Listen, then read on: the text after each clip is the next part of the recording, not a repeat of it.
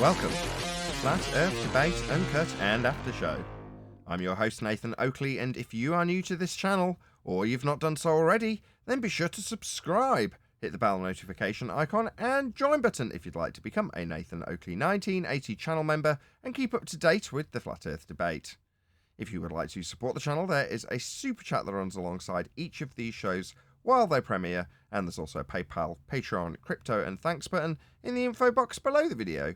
Speaking of Patrons, I'm going to do a quick shout out to all of you who do support me on Patreon, so a massive shout out of thanks and appreciation to John Travolta, JMels24, Unamento, M, Iron26, Endless, Goldie McKiernan, Retro Bill, More Books, Canna Bear, Fiber Oats, Rob H, John Kays, Patrick Gunnels, Will Brax, Melby Styles, Troy Shuker, Hairy Blade, Mobile Max 777, Neo the One, Rob W, Open Minded, Reese Pound, Del West Watson, Maria Neelands, Unbelievable Productions, Blue Ridge Ranger, The Real Gabster, Abraham Mohammed, Adrian Quintana, Skeptic936, Life is Short, Texas Mike, and David Wayne Foster. So another massive thank you to all of you for supporting me on Patreon.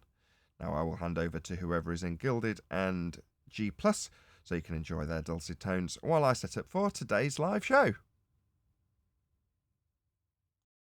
Yeah, that's why I started talking to Adam. You're on Neil. How you doing, emissary? Yeah, not bad. I'm just off to McDonald's for a burger, so I thought I'll join in early. It's nice and quiet. Okay, is that a poor boy Big Mac like Nathan gets, or you get the real deal? I'll go for the new McCrispy. Just chicken burger. Mick Christie? Yeah, not Mick, as in McDonald's crispy. The McCrispy. Okay. Oh. Yeah, so there you go. Hey, any news from the other side, or they're still From the other side. Just that you lot were all wrong about Arwijn yesterday. That's the only comment I got. I think he was right. Okay, so no definitions for all the words QE put forth? You what? No definitions for electrostatics? Oh, nothing like that. Electripa? Nothing like that? Electrify. I think Neil is asking about Plum Bob, not Arwijn. Listen, Very good. Arwijn was not right yesterday. What are you talking about? Yeah, he was. He lost strawmanned him. Explain to me how. Because the initial question, just replay it all, listen to it, and you'll see that when he answers the initial question, he's correct. When you hang a plumb bob, yeah, it's not reference to anything, man. You're referencing to the plumb bob. When you use the spirit level, it's not referencing anything. You're reference to the spirit level. Just bear with me, I've got order.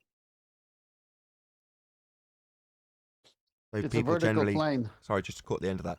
Do people just generally go around holding up spirit levels with no purpose in mind? That's what I'm saying. When I use a level, I have to reference it to the horizontal. What are you talking about? It's a vertical plane that the plumb bob gives you. If you hold the level vertically, it will give you the same thing. The astrolabe or the quadrant use a weight. The astrolabe itself was a weight because they had a little ring on the top. So like a protractor that was allowed to hang, and then the person would look through and get the angle.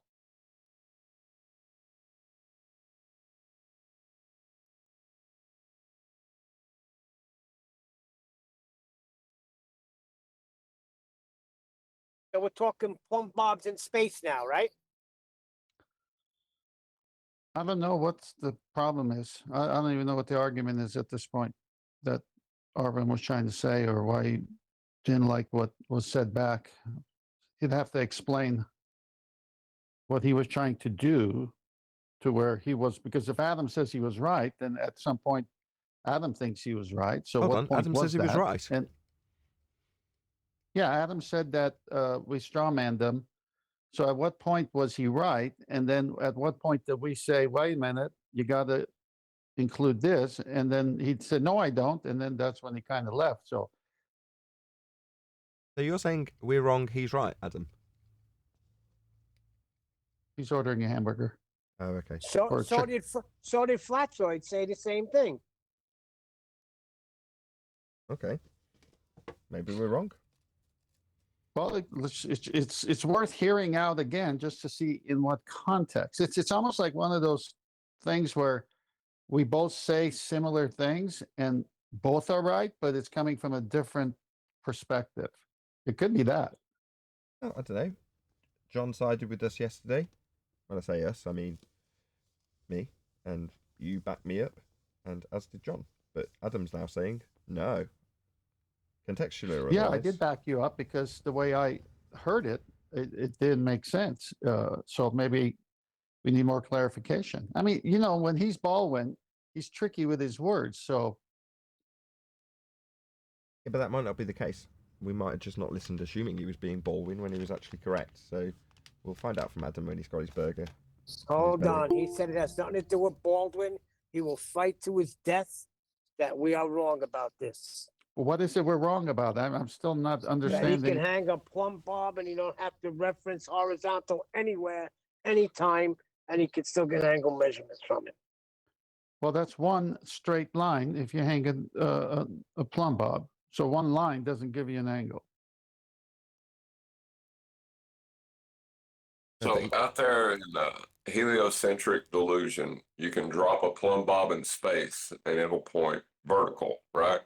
No, we That's what I introduced. said. Hold on. Yeah. That was our argument in rebuttal. But Arwyn's point is, if you just hang a plumb bob, like if you just hold up a spirit level, you can say, okay, I'm going to establish one aspect and not the other, but with reference to nothing. Now, maybe that's his point, but at that point, I'd say, well, what's that for? Why would you be doing that?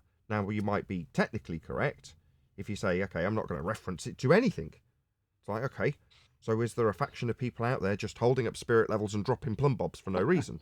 No, they're going to take Exactly. Exactly. No, I agree with that. It's the heliocentric guys are going to say it points to gravity, takes it down to the center of the earth. That's their whole point. So they say that's what it is. Obviously, that's nonsense. Yes. Listen, we had to drop, hold on a second. We had to drop a plumb bob from the center of this thing they installed in the ceiling where the light would come down. And they had to make sure that the cameras were going to film directly into the center of this piece of carpet that we installed. So they dropped the plumb bob to make sure that it winds up that way.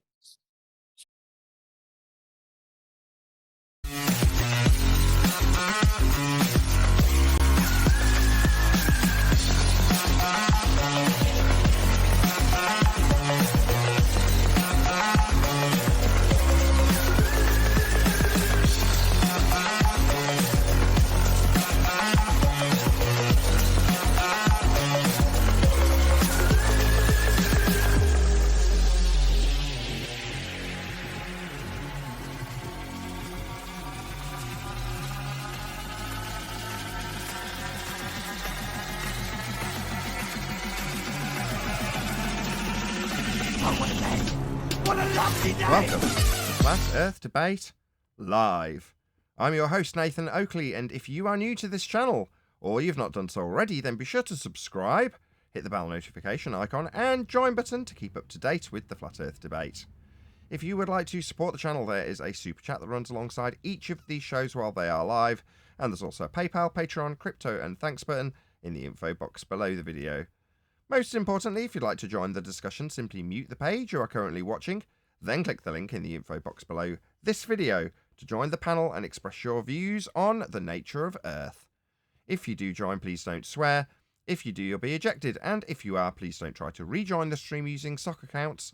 You'll be warmly welcome back on the next stream. Please also share the show on social media. Sharing the show obviously increases the live audience, but this in turn increases the chances of a more diverse panel, so please share the show on Facebook and Twitter. One last time, if you're new to the channel or you've not done so already, then be sure to subscribe, hit the bell notification icon and join button to keep up to date with the Flat Earth Debate. Now we are joined by 10th Man, Refracted Curvature, the Adam Meakin, Eli, Neil, and a whole bunch of people in Gilded. So welcome, one and all. Good morning. Good Come morning. loco. We get a hello from Well, we'll try that. from We'll try Gilded. that again. Good morning. Try that once more. Hello, good morning. Gilded. Can we get a hello? I said good morning, hello. Good morning. Hello. Enthusiastic bunch. Good to have you all. Any evidence of a physical geometric sphere edge horizon, formerly known as the curve of the Earth? No. Nope. No evidence whatsoever. That's why we don't live on a ball. If we define orientation real quick before we go too far away from what we was talking in the pre-show. Like what you do with a map, isn't it? Or when you first get to a class? Or a job. Nice Yeah. one.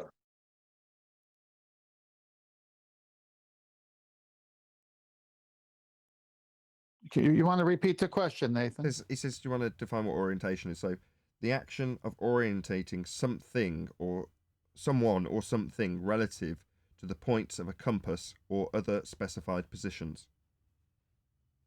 Right. So vertical and horizontal are both in reference to Earth. Well, you, according to you, when you're talking about an orientation of something, then it's in regards to something relative to the points of a compass in the dictionary definition. No. Or other specified positions. Other specified position. Vertical to the Horizontal. what?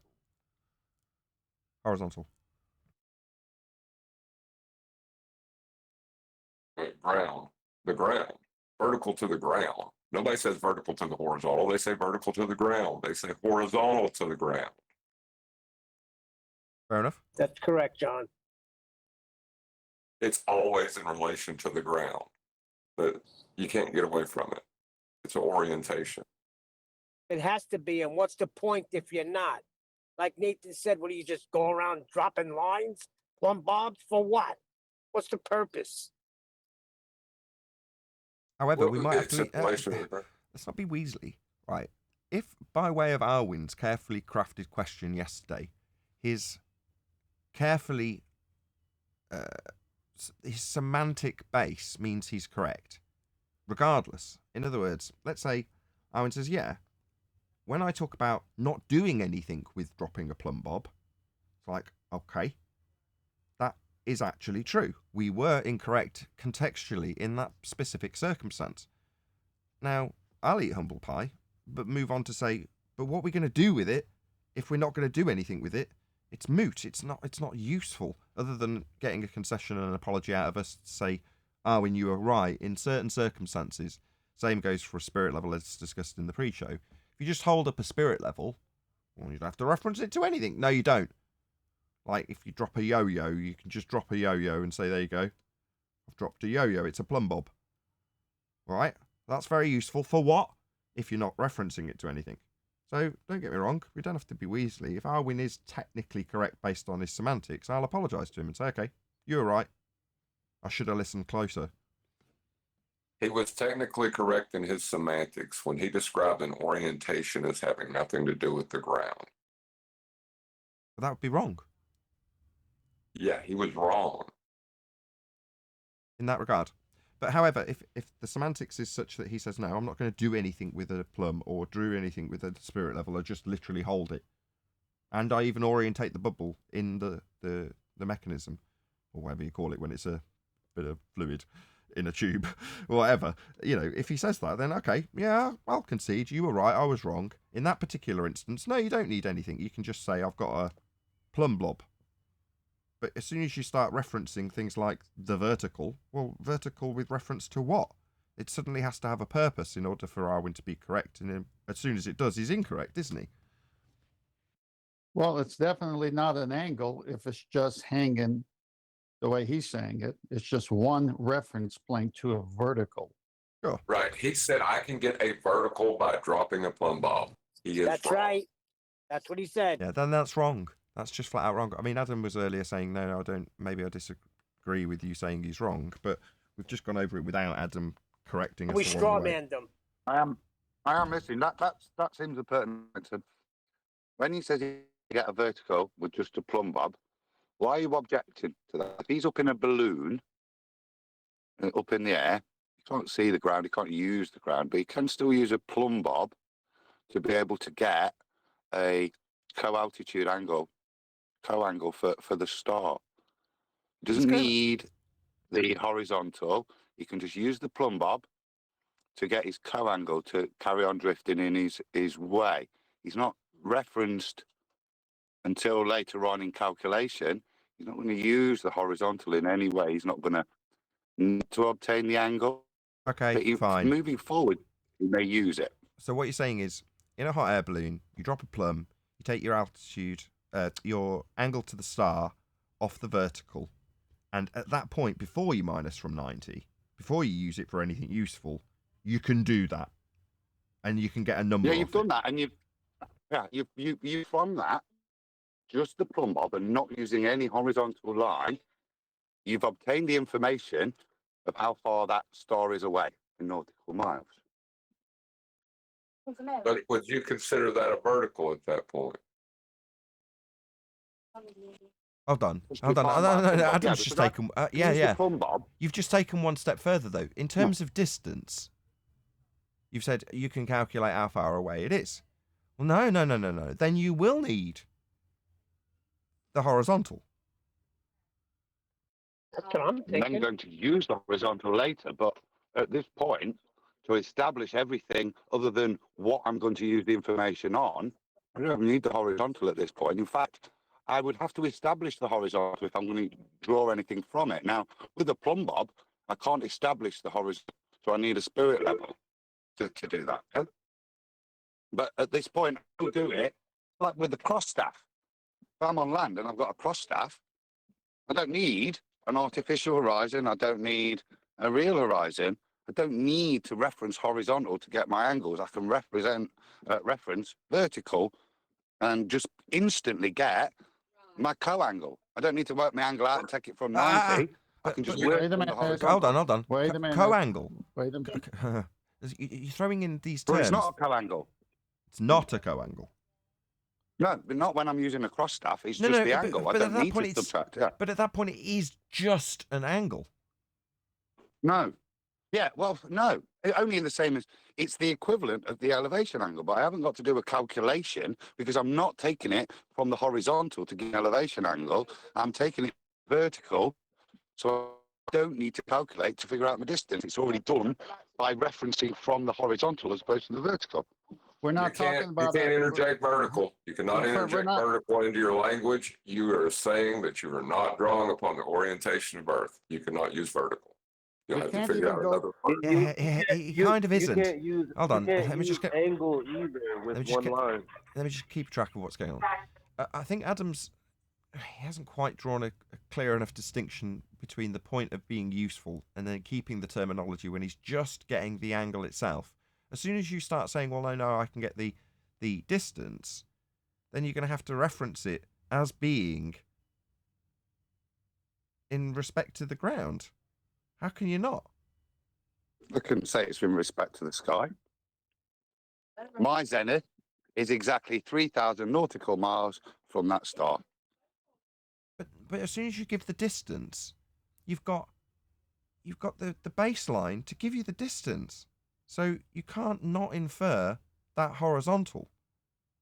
Maybe I'm missing something. Well, this is where the straw manning comes in. So this is not what Arwijn was claiming. This is where you guys wanted to go to take it as if that You said zenith. disproved what Arwijn was saying. What Arwijn was saying was just that. He can reference that. He can get an angle to a star with just a vertical, with just a plumb bob. Just that's a all he's- vertical, just a zenith. You keep on saying these words as orientations. You have to be referencing the ground. Oh, well, no, I think I Can't- see can't what be- he's saying because if you have the line, that's the vertical, and then you have the star that's somewhere else. Well, Can you those have a are two vertical in lines. free space? Show me a vertical in free space. I think that's irrelevant. That is No, not. 'cause no. Adam's tried to do that with a hot air balloon. That's what Adam's, describing. He's saying you can't see the ground, but you can see the star. You can drop a plumb, take an angle to it. Okay, and at that point, when you've acquired the angle, you haven't referenced horizontal yet. Correct, Adam? But you Can can't I call it interject? vertical. and you Just let can't Adam, call just it a let zenith. get an affirmation from Adam. He's defending Arwijn. I like this. This is good. I like being wrong. If I'm wrong, I'll concede. I just want to be clear about how I'm wrong. That's it. I'd like to get a word in once he's You done. can, but let's just Adam. I'm gonna lose track of what's happened so far. Adam's described something akin to being in free space, i.e., no reference to the ground, cloud cover below your balloon. You drop a plumb, you take the angle. At that point, there is no reference to horizontal, only the angle. Now, John is saying, no, the moment you got that plumb, you were talking about an angle from it, therefore talking about a vertical plumb line. Ipso facto, you have invoked horizontal. Am I right so far, or am I confused? That is Yeah, I the think that's the problem. point It's of an orient vertical. contention. May I speak I now? thought that was a contention. Well, I thought, Still haven't heard Sure, Adam sorry. confirm. Everybody else wants to talk through him. I've summarised twice and then not got an affirmation, just rumpusing from two other people. Let's try a third time. Adam, am I correct in my summary? You're saying in akin to free space in a balloon, you drop a plumb line, you take an angle from it. At that point, there is no reference to horizontal. However, John's response is to say, you've referenced vertical. Ipso facto, you're going to be referencing horizontal. There's no other way to do that. Unless I'm wrong, that's the summary so far. And the converse would also apply then, wouldn't it? If whenever we take an elevation angle, we are also referencing vertical. We could take that same approach because Yes. the two, as you were saying yesterday, are intrinsically linked with the two. From one, you can define the other. But what I'm saying is at this point, we only need to define in reality one. And the one we're going to define and then use is the vertical. And I don't need to define the horizontal in any way. And I don't even need to mention it unless I'm going to do other things outside of what Arwijn's first point was, which is I can get an angle to the star. Now, you may take the decision that whenever you say vertical, it's always in reference to horizontal, but that doesn't negate the fact that I've not needed to define a horizontal at this point. I'm perfectly able to move forwards with the knowledge, having just defined a vertical, and I can take the star angle from that vertical. And I think that's all Arwijn was saying. Okay, Yeah? okay. Not the rest John, in John terms of then where 10th. you want to use it. Yeah. John then 10th. All right. Well, I would just say the same thing I said to Ruhit. So you're floating in space. You drop your plumb bob to get your angle to the star. Does anyone else see a problem with that? There's no such thing as space, so the analogy is no use to attack what I've outlined. You're using Right. Free space. So It's stop a me. concept. No, it doesn't So exist. you're not. What So you're free doing space? this on Earth. You're doing this on Earth then. On Earth, where free space doesn't exist, and neither does space and gravity and space plumb bobs. So let's just stick with the real world and what we know. That's where I'd like to Right. share. Nathan, World. Okay. Exactly. Just one more summary from John, and then go ahead, 10th. Go ahead, John. All right, we'll stick with the real world, which we will reference when we say vertical. I have 3 slides in Master D, if you can go there. Yeah, whenever you're ready. All right, so the first one is showing a protractor with a plumb bob. And obviously, we know what's going on here. You're getting an angle. Now, what does the plumb bob represent? The zenith, always 90 degrees. It's a vertical angle. That's what it is. It can't be anything else. And you use your protractor to get your angle using the plumb bob here. Next slide. The quadrant, which is very similar to the astrolabe. The astrolabe had a ring on top. It was a weighted object and acted as a plumb bob itself. But you can see here, there's the horizon and there's the angle above it. And the vertical is the zenith. So that's always 90. When you say 90, obviously, you're referencing something to get 90 since we're not in free space. Next slide. Adam brought in the cross staff. You can't bring it in. It doesn't use a plumb bob. But look what it needs, a horizon.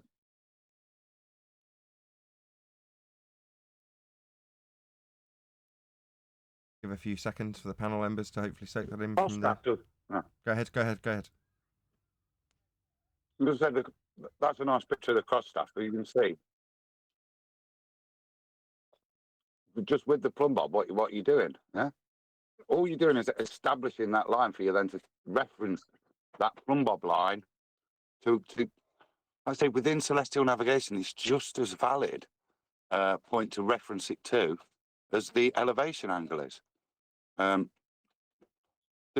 don't see that upside down and back to front in terms of one referencing horizontal and vertical. Of course, they're intrinsically linked, but I don't need to establish horizontal in any way, shape, or form if I just want that one piece of information.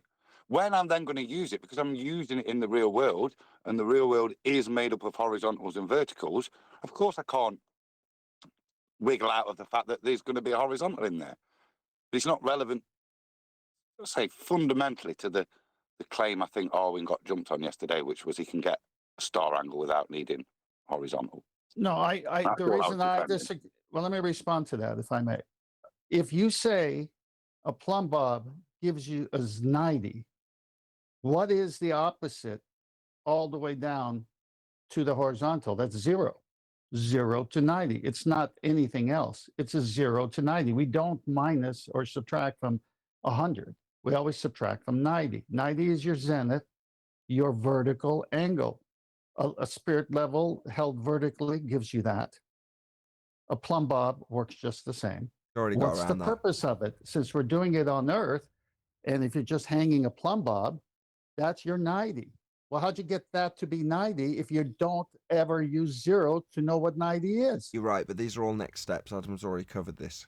On a semantic basis, Arwijn's owed an apology because we're wrong. Everything you've just described is correct, but it's all next steps, isn't it? But did Arwijn say he got an angle? Yeah, Yeah, that's and why he I'm can. defending him, Mike. And he can. That's why I'm defending him. He's right. Arwijn, if you're He's right, listening, and you were right. I was wrong. Well, just explain it so I get it, because what was his point? His point that at the point that you drop a plumb bob and take an angle from that plumb bob, no invoking or referencing to horizontal is required. And he's correct. Everything, literally immediately after that, will invoke and result in a use of a horizontal. You can also argue, if we wanted to be pedantic, I don't, but if we did, we could say they're intrinsically linked. And that's kind of what you're describing. But the fact that they're intrinsically linked is still a next step. Isn't it, Adam? No, I disagree 100%. I'm with John here. You need orientation. You can't do it in space, but we're all agreed that we're doing it on Earth. So say you have a night. After Hang on. After you take the angle. Hang on. If you drop a plumb bob, you're already invoking 90 degrees. 90 degrees is 0 to 90. It isn't just 90 on its own. I agree. They're intrinsically linked. Right. I agree. But at the point of measurement, so he's wrong. You haven't got to, and you don't, reference horizontal. He's still correct. I'm sorry. You can't call it vertical then. Yeah, I agree with John. Vertical. You can't. No, you can say you don't have to call it vertical. You can say it's an angle to the plumb bob.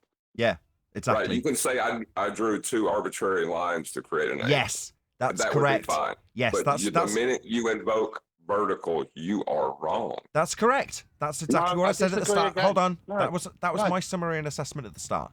Right. No. Who's out there acquiring random angles in reference to lines that you drop? If it's got nothing else to reference, that's just somebody taking a random angle to something. You reference the horizon, the horizontal, after you've established. See, it's just, you don't calculate the horizontal. It's a consequence of you having established the vertical.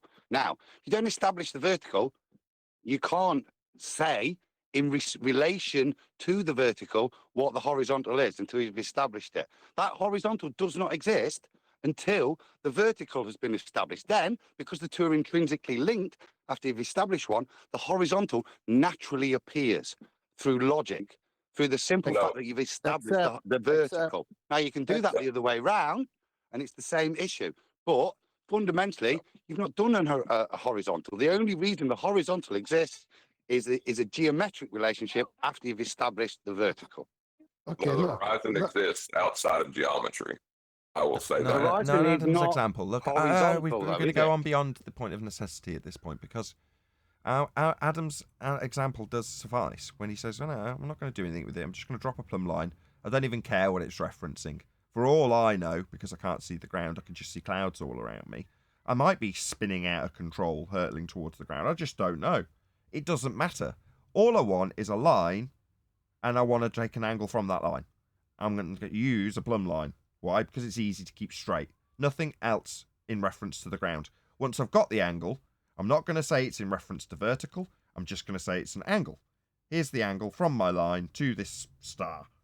Okay, whoopee-doo. Other than him being semantically correct, which was his point that he was fighting, which is why he needs a concession and an apology. That's the point he was arguing. And when he says, well, no, you're strawmanning me because you're taking it beyond the point of my acquisition of the angle from a plumb line.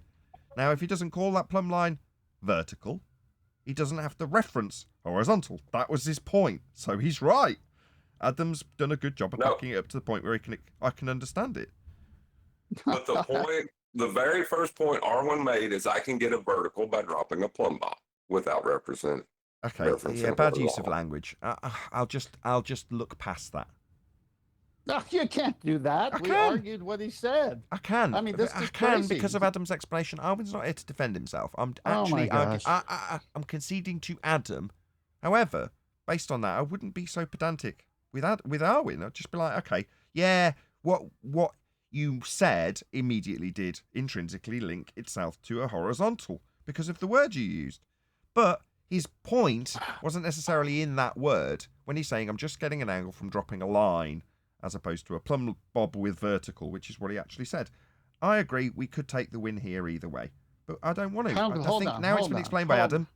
It's fair game to Arwyn, I would say. Hold on. I can't even believe what I'm hearing here. I can get an angle.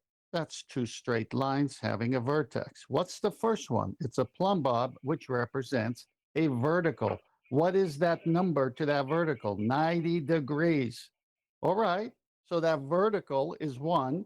He said I can get an angle. Well, that's another one. And if you know the vertical represents 90, what's the other one represent? Somewhere between 0 and 90. So the horizontal is built in. I do not understand. Unless the vertical represents 0. I mean, you could just turn the protractor on its side.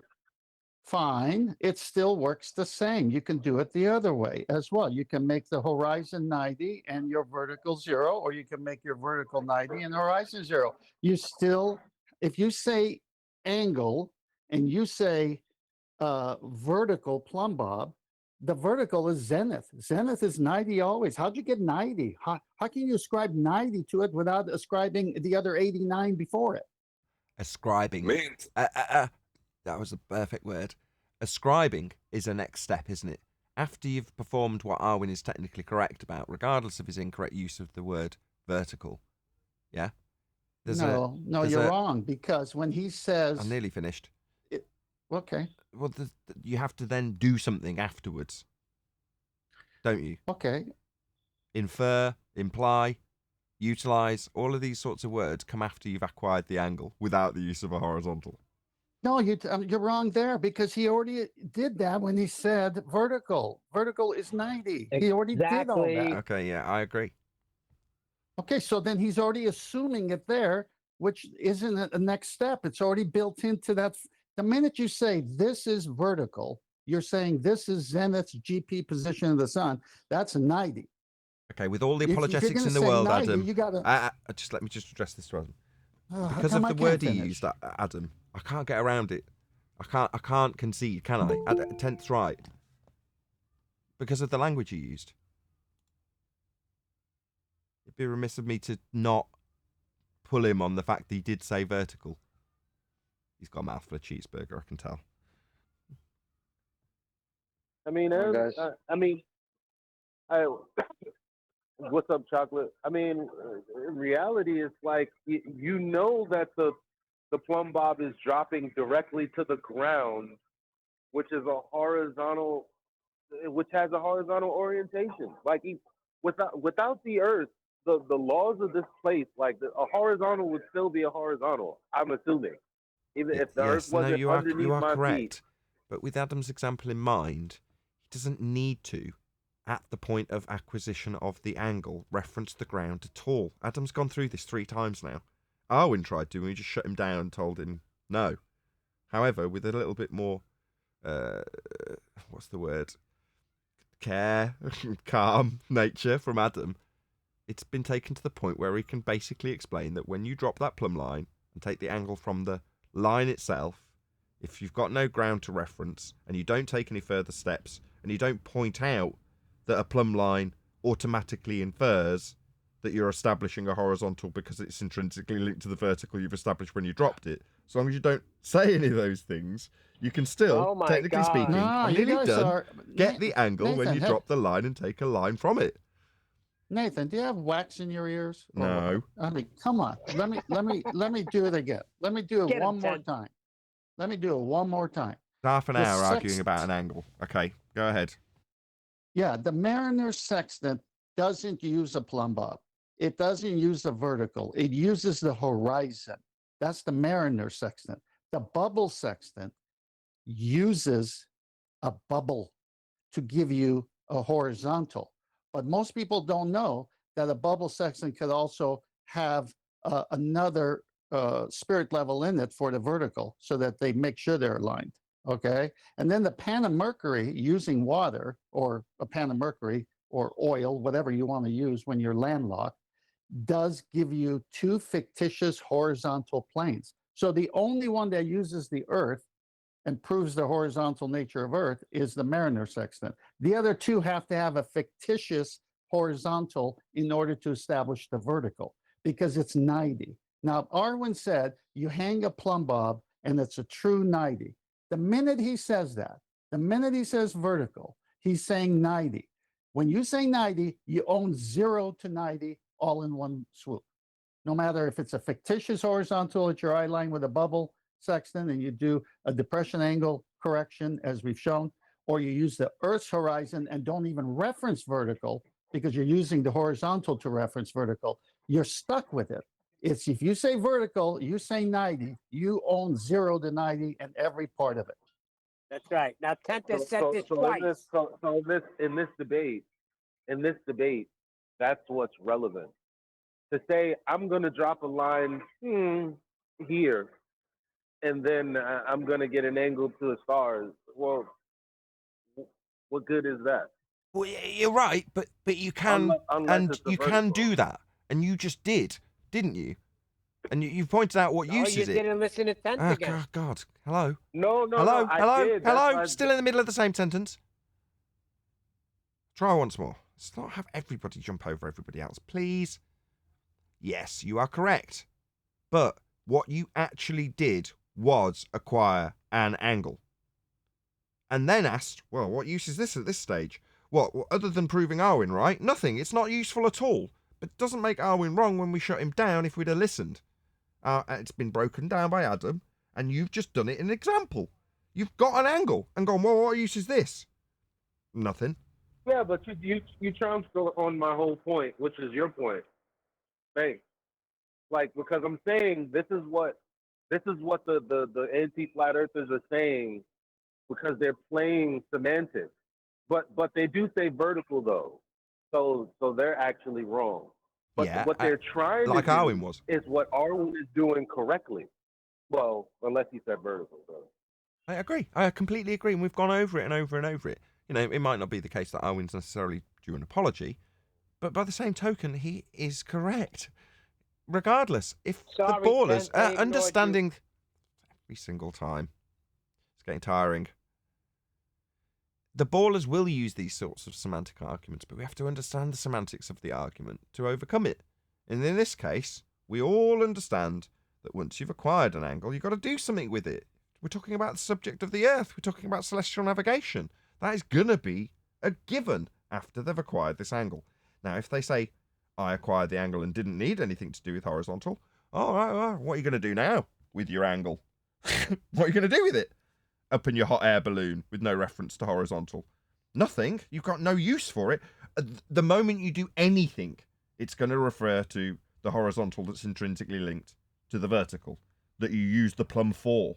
That's why you use the plumb. And the moment you talk about it being a plumb and its purpose in life as a plumb line, then you're going to be intrinsically linking it to the horizontal. All of which is true, but also is true on a semantic level that once you drop that plumb and get that angle, you haven't actually referenced horizontal yet. So, in conclusion... You're wrong. You're absolutely wrong. The minute you say, I drop a plumb and I have an angle, and you say vertical, I didn't. You got 90 But I didn't. In that... You're not letting me finish now. Yeah, but you inserted extra bits to my him. summary. My summary didn't include the word vertical. My summary didn't include the word vertical. You said the moment you say vertical. I didn't in my summary, intentionally. So I didn't tie it to it. I said plumb. Talking about Arwijn. Yeah, well, I'm not. Talking I'm about summarizing. what Arwijn said, not what you said in response to Arwijn's what not Arwijn here. said. I'm summarizing the semantics that ballers will utilize in this regard when they try to move forward with an angle that hasn't had to acquire itself with a reference to horizontal, which is the case in this particular example, semantic though it may be, and say, well, what are you going to do with it then? And that summary came from Eli, and he's correct, because you've got to do something with it, and this debate, this arena, is a flat earth debate. And what is it that they will do? Well, I'll already give you their response because we've already had it. I'm not talking about the ground, is what they'll tell you, because their semantics in regards to not needing a horizontal, which they absolutely without exception do, when they do anything in this regard, will be referring to the ground, will need a horizontal, and is intrinsically linked to the angle acquisition in the first place when I say the word vertical.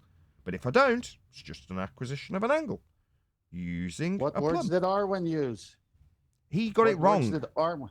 I said already, we don't necessarily have to apologise to him. My God, he said vertical. This is painful. This is We're truly using this as painful a at this moment. teachable moment about the Eli, I'm in the middle of conversation. talking. Why do you always jump in when I'm in the middle of Because talking? you're so adversarial for no reason. I'm Arwin's not even adversarial. here. Hey, Because Arwin's not even here. Yeah, but it's worthy So we're point to trying to discuss. address It's a worthy So we're discussion trying to- point. okay, no one can get anything on today's show, I guess. Good I show. have to shut Well, up when because you're Nathan being talks, and then circular. when I'm talking, you butt in. I'm back Because on you're form. being circular. No We hardware already issues. Okay, explained so then Arwin's when not- I butt in on Nathan, I could say he's being circular and then get away with it? Is that what I'm going to do to the show host? No, because I'm going to It's taking too long. Eli, just yield. yield, please. Just let him get to the end of his statement. Then you go ahead. Go ahead, 10th, then Eli. Yeah, I'll say it with one phrase. Shh, don't say 90. Yeah. Go ahead, Eli. This is it. Look, being adversarial for no reason kind of makes people confused about what the point is about. 10 minutes ago, Nathan said, and probably 3 times since then, that if Arwijn doesn't use the words vertical, he doesn't tell you what he's using the angle for, then there's no conversation to be had. Now, your point was, but Arwijn did use the words he used, and Nathan said, well, well, then, in that case, then with those words, he's wrong. But just for the sake of the point, this is what ballers will do in an argument with semantics. And we're trying to elucidate that, and you keep going back to the point that we already conceded about Arwijn if he said 90, or if he said vertical, or if he said he's going to do anything after the fact. Good summary. You don't think I got that, Eli? You don't think I heard all that before? Oh, it's definitely wrong, Yeah. 10th. He was because he said vertical. Yeah. 10th needs to hear it because he's. You're right. Arwijn was wrong because he invoked vertical. That needs to be highlighted too, because if we brush over that, people won't realise that when they refer to these particular terms, they've cornered themselves, like Arwijn has, meaning we don't have to give him an apology. However, we should have listened more closely to the nuance in his statement. Therefore, for that reason only, even though he got it wrong and we would have won anyway because he said vertical in his plumb bob description, he still needs a bit of a apology on account of the fact that there was a certain nuance we missed. That's all he was probably pissed about. No, I must double down again. The minute, forget vertical, forget that he said that. He said plumb bob. Adversary. What? Eli, you're being very rude right now. No. You're being Eli's you saying see- it's you not see- necessary you to see go I'm over this again. passionate- I you agree, see I'm but I'm going to let you anyway, 10th. Go ahead. You see, I'm passionate about this point because the minute you say plumb bob, you only have a vertical. You don't Thank get you. anything else with it. I agree. Okay, so then that's a 90. So whether he said vertical or doesn't say vertical, the next time he cleans it up a little bit, he said plumb bob. Once you say plumb bob, you're saying 90. You're saying vertical. Plumb bob don't give you horizontal. Okay, I did try and get around that also by using yo-yo, didn't I? Let's be honest. I've tried everything in my arsenal to defend Arwijn in this instance. Yes. Can we move You're on? stuck. You're stuck. The minute you say you plumb bob, you're stuck at 90 and vertical. There's no getting around it. I agree. Thank I you. agree. I agree for the same reasons I agreed yesterday. But You know what? That's true. let me You just can't let drop- me focus on the main jewel that's come out of this crap pile, right? Which was from Eli, which is to say, no, there's a main reason for harping on about this for half an hour, and that is to, in Eli's words, to elucidate the semantic arguments that are taken forward to you, the audience member, when you will present this argument. And they go, no, you don't need a horizontal, when we're saying that in that way, day in, day out. Now, because we've had this half an hour argument, thanks to Arwijn is ace, it means that we've focused on the semantics you'll be presented with by an opponent.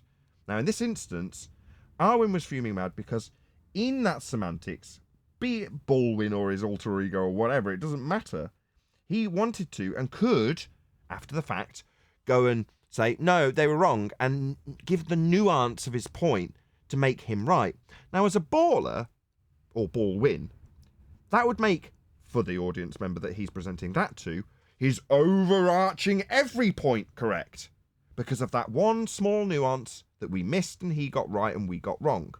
Regardless of anything extraneous or further to that, and even adding in all the apologetics for Arwijn, because he's not perfect, he's gonna miss some of these subtle words. Next time he won't, because we've pulled it apart so much. I assure you we'll do this again, but we'll just get through it a lot quicker next time. But without the hyper-specific pulling apart of these semantic arguments, nobody gets to understand, why have I been defeated? Why is it that all they said was I drop a plumb line and take an angle, no horizontal was needed, that I didn't know where to go? Well, now you do. What are you going to do with it? And when you get a response like, no, I'm not referencing the ground, you can go, all right. I knew that was coming because I heard it on Flat Earth Debate when they pulled apart the nuance of this particular angle acquisition that didn't need a horizontal until you did anything at all with regards to navigating the ground, which is what we're debating about. They'll have to take it immediately away from the ground to keep their tiny little morsel of victory when they've acquired an angle without the use of a horizontal, using a bloody yo-yo in a hot air balloon where you can't see the ground and nobody mentions plumb lines or verticals. You just get the angle, right? But that little victory won't get them far because in your hot air balloon, why would you be doing that? Probably because you're lost and you need to find your bloody way, right? So immediately it's going to invoke horizontal. It's not a big victory, but it's something that people need to be aware of. Thank you for That's what makes this highlighting that, show Eli. great, Nathan. Just let Eli respond. It was him that gave that summary.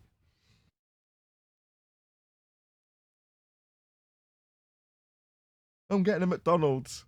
Yeah, and further to that, let's not forget that the only reason that we're talking about this is probably, again, and this is something we talked about in the after show, flat earthers actually getting the information wrong, like, subtle nuances, right, or subtle distinct things, the details they might get wrong, they might take as an absolute and apply it to something that it doesn't apply to.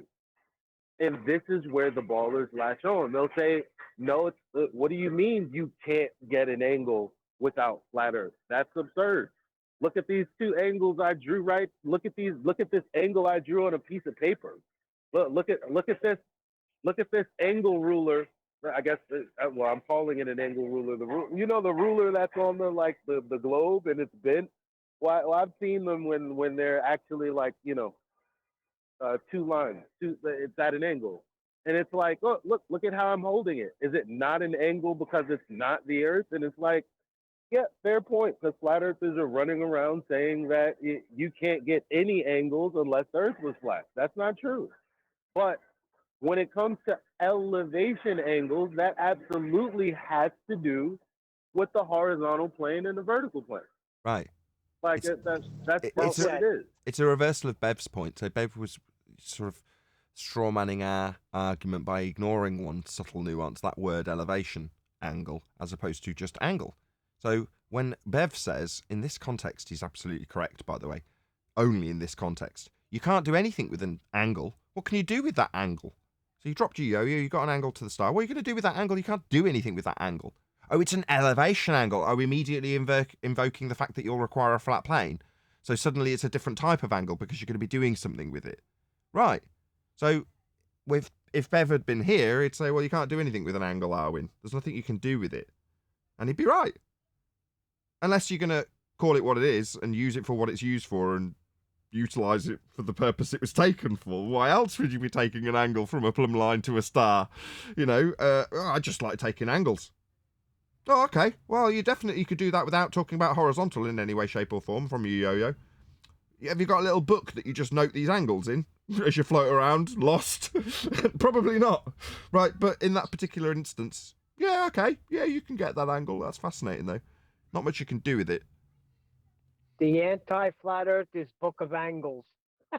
Quick shout out to us so far. It says, a vertical is not 90 degrees.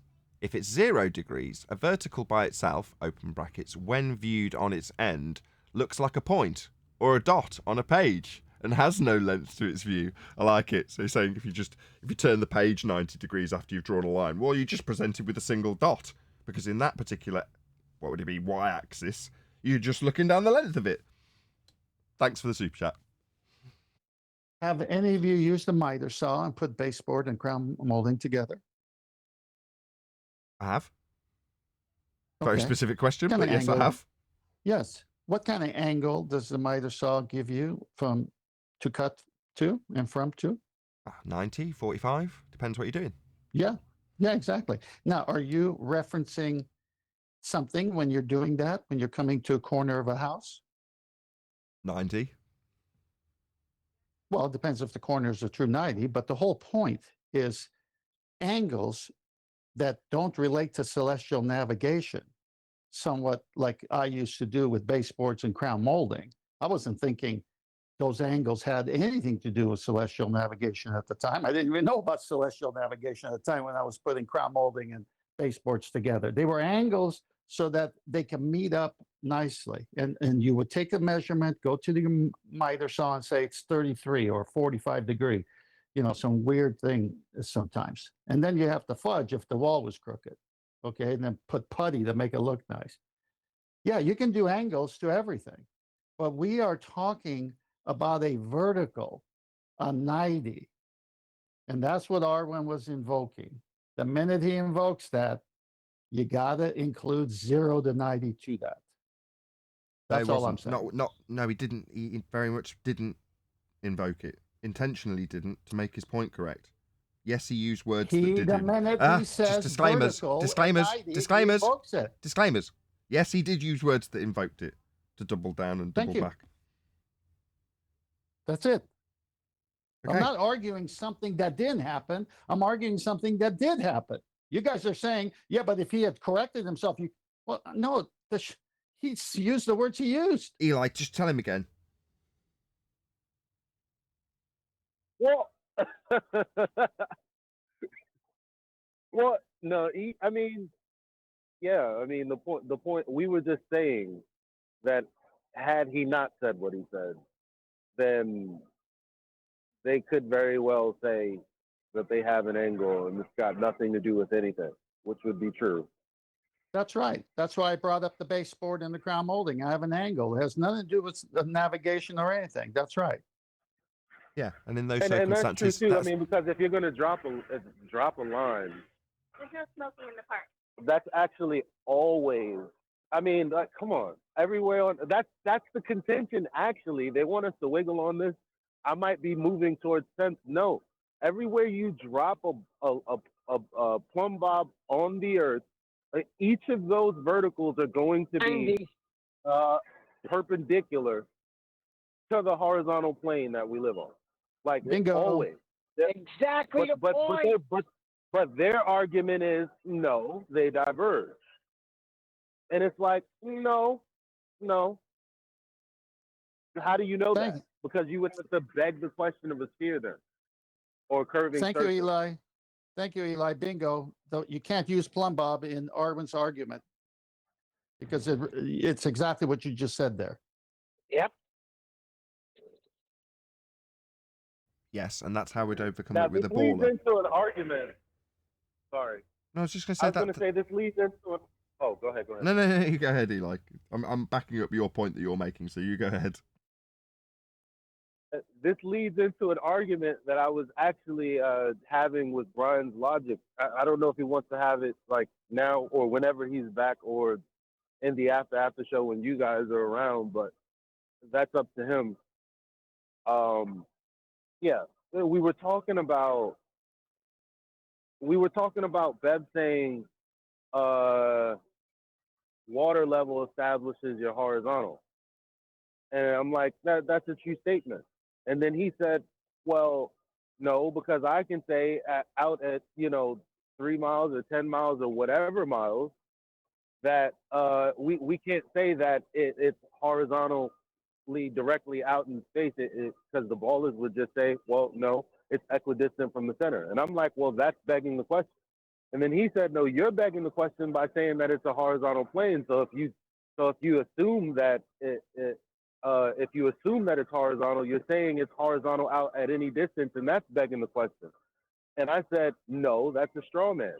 Why would I even be describing anything like that? If I was an engineer, I would be dealing with the distances I'm dealing with. And a horizontal means what a horizontal means in all practical instances.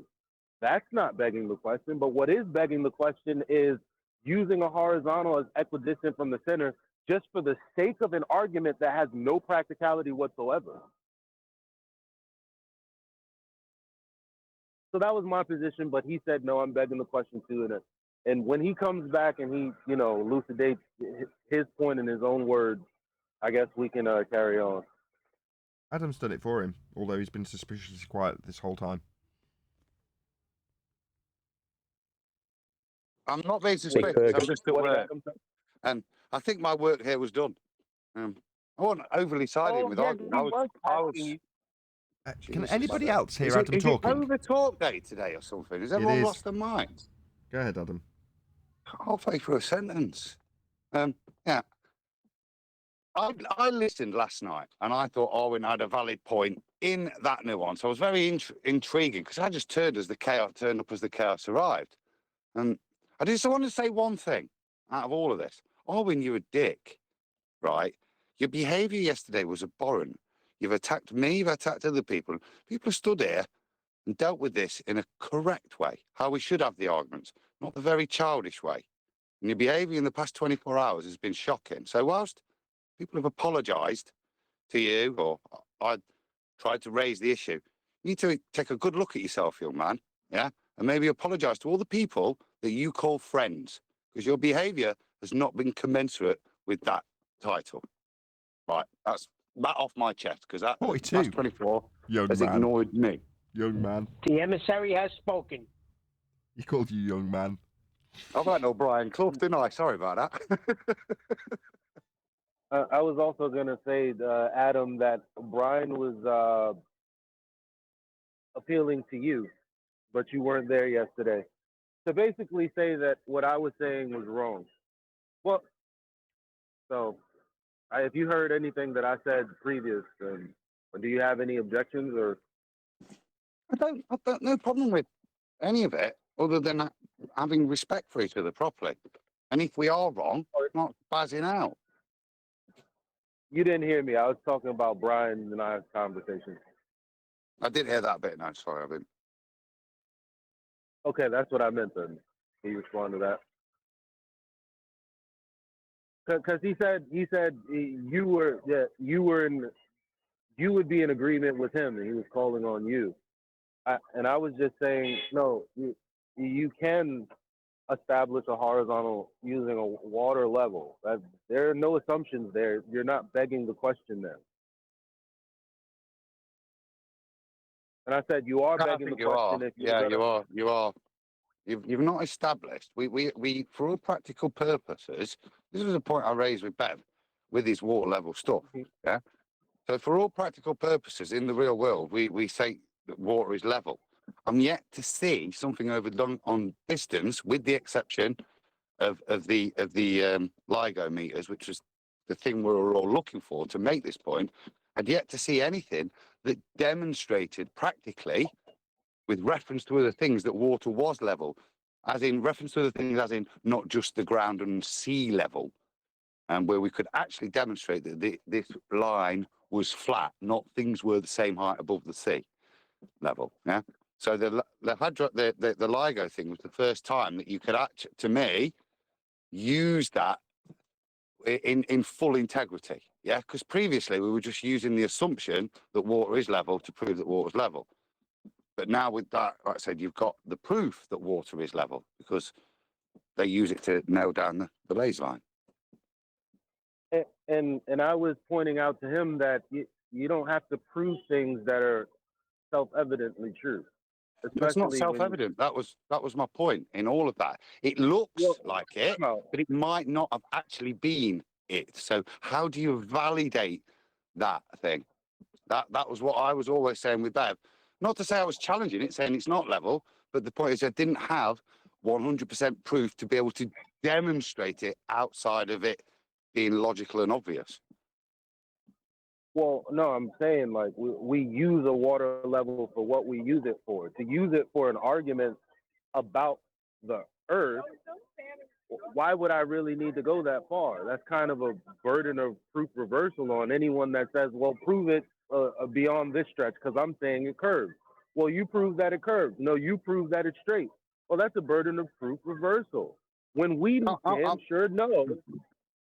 There's a difference between that in an argument and me wanting to demonstrate it for my own prove all things. To me, at that point, yes, it's logical. Yes, it makes sense. Yes, it's bloody obvious, but I haven't proved it to myself. I haven't demonstrated it. And that's why I think the LIGO thing's great, because it does that for you. Quick shout out to Michael Kahn, who says Phil Bell agrees with Arwijn. Wakey wakey. Thanks for the super chat. The point that I'm making is the statement that water level establishes a horizontal. Just that statement alone isn't begging the question, because we use that for everything that has to do with engineering or navigation. When you're using the bubble sextant, you're actually using water for that. Like, there's something that we know to be true before any argument is had. It's like it's something we utilize the nature of water to do these things because we know that that's what water does. It's self-evident when you have water in a container, and no matter what orientation you flip the container, the water is going to stay the same orientation always, forever, unless you disturb the surface. Okay, quick response from Adam, then I want to do a... Hold on, Eli. Quick response from Adam, and then I want to do a plug. Go ahead. To me, it's about, let's say, about proving it. You're using circular logic there, in my opinion. We know it's flat, therefore I can use it to define flat. I've got no problem on the simple level, spirit level, where it's the water on a bubble level that's laying flat. The argument the ballers will use, that over the scale of the earth, it's not possible to bring out a big enough ruler. Well, that was the thing I always used to say, to actually validate what we know to be true. Not it's obvious, it's bound to be, but to actually put some solid validation of that thing that we know to be true. And I say that's why the LIGO, to me, was the perfect thing, because it was the thing I always said to Bev, with his water levels, different tubes, things. We need to have something for it. All that's lovely, and it demonstrates everything if you can just establish with evidence that that is straight and not a curved surface which was the same height above that curved surface. And it was being able to differentiate between those two things on the Earth's surface, not when I'm sticking up a set of shelves, yeah, that was the thing that needed, for me, to solidify it as a full demonstration and not a belief based in logic. Well, that's the thing. Water being level is a description. You don't have to prove it. You can use it to prove arguments, I guess. But when it comes to the conversation about the shape of the Earth, when we say, okay, how's water curving? And they say, well, prove it's flat. That's a burden of proof reversal fallacy on the back of begging the question. I don't have to do that. But when I'm saying water level establishes a horizontal, what I'm saying is that's a true statement, not begging the question. Now, if you're going to be utilizing that for an argument to prove it, why? That's like you saying that me saying this tree is a tree. That's begging the question. No, it's not. Okay, I did say last Why, word. why would I move forward with an argument to prove a tree is a tree? Okay. That's ridiculous. Thank you.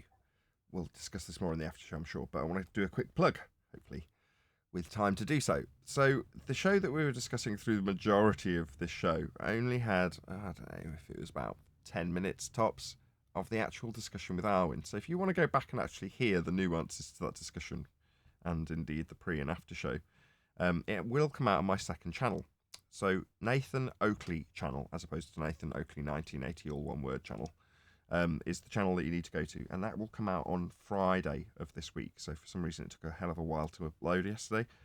My apologies to the members for getting that a little bit late, but I've addressed it this morning, so you can check it out if you're a member already. It's just been released to the members this morning. But if you're not a member, you don't have to pay to watch it. It will still come out at a delayed time, basically, for non-members on my second channel. So if you're not already subscribed, go and subscribe and watch on Friday 17:59 Uncut and After Show, and then you can get a good handle on what this discussion brought forth. And I'm going to give props to Adam, Arwijn, 10th, and especially Eli, who gave such a beautiful summary right at the end of that. But these kind of nuanced, subtle, I don't know what the word would be, the way they're weaved into our opponent's arguments is most definitely worthy of discussion. And, you know, I've got to give props to Arwijn, if nothing else, for having us elucidate that to an audience in such a detailed way today.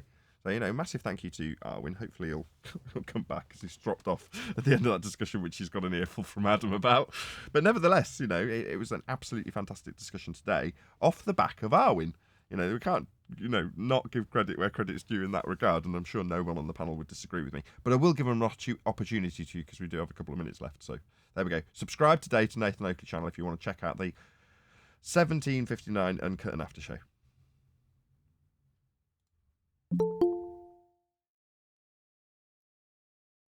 Looks like we're going to have a last word from QE perhaps on this subject. Are we? Or me. Or you? Or anybody that wants to give a last word before I round out? Well, I thought you were going. Yeah, I'll give you a last word. Arwijn was wrong referencing a plumb bob. You should have never referenced a plumb bob. Plumb bob is an admission of 90 degrees of vertical angle. So for us to say, give him credit for getting something wrong, I don't follow at all. That's not what I'm saying give him credit for. I'm saying give him credit for the fact that it's developed a discussion about the nuance of acquisitions of angles generally that don't have any reference to the ground, and we can point out that they don't have any reference to the ground and navigation when we're having an argument about the ground and navigation. So, yeah, your useless angle for doing nothing isn't going to really serve you very well if you're trying to argue that you're navigating a sphere ground, because it won't work with them. We didn't get to that housekeeping question, but I am going to say, if you are watching this on either Nathan Oakley 1980 or Nathan Oakley premiering stream, subscribe today, then stay tuned, as there will be an after show to follow. Unfortunately, though, if you are watching this live, this is where we bid you farewell. So another massive thank you to all of you who smashed the super chat, liked, commented, shared, subscribed. The numbers are going back up in the live viewers, so thank you very much again to all of you who did share the show today. Thank you very much. as the standards are going to hopefully improve even more as things move forward. Once again, stay tuned if you're watching on either premiering stream. I've been Nathan Oakley. Another massive thank you to today's Gilded and G Plus panels for making today's live show possible. I've been Nathan Oakley, and I'll see you all in the next video.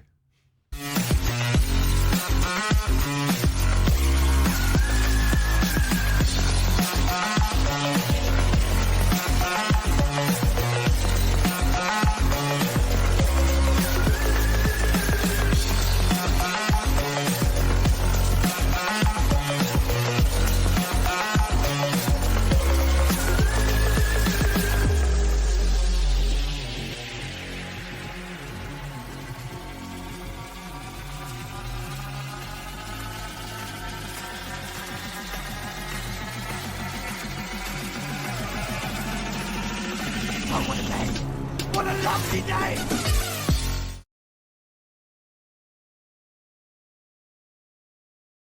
Not parallel. No. They came up. I forget what the mountain. So there's this mountain, right? And so they take known positions of 90, and I guess they just measure the angle to the star as 90 degrees. That's like supposed to be next, like directly, I guess, above a mountain, but it's like some degree off. Well, and by the way, it's 0.003, which is something they couldn't measure anyway. But they tried to say, yeah, that's Also, the measurement. so negligible. For yeah. Yeah.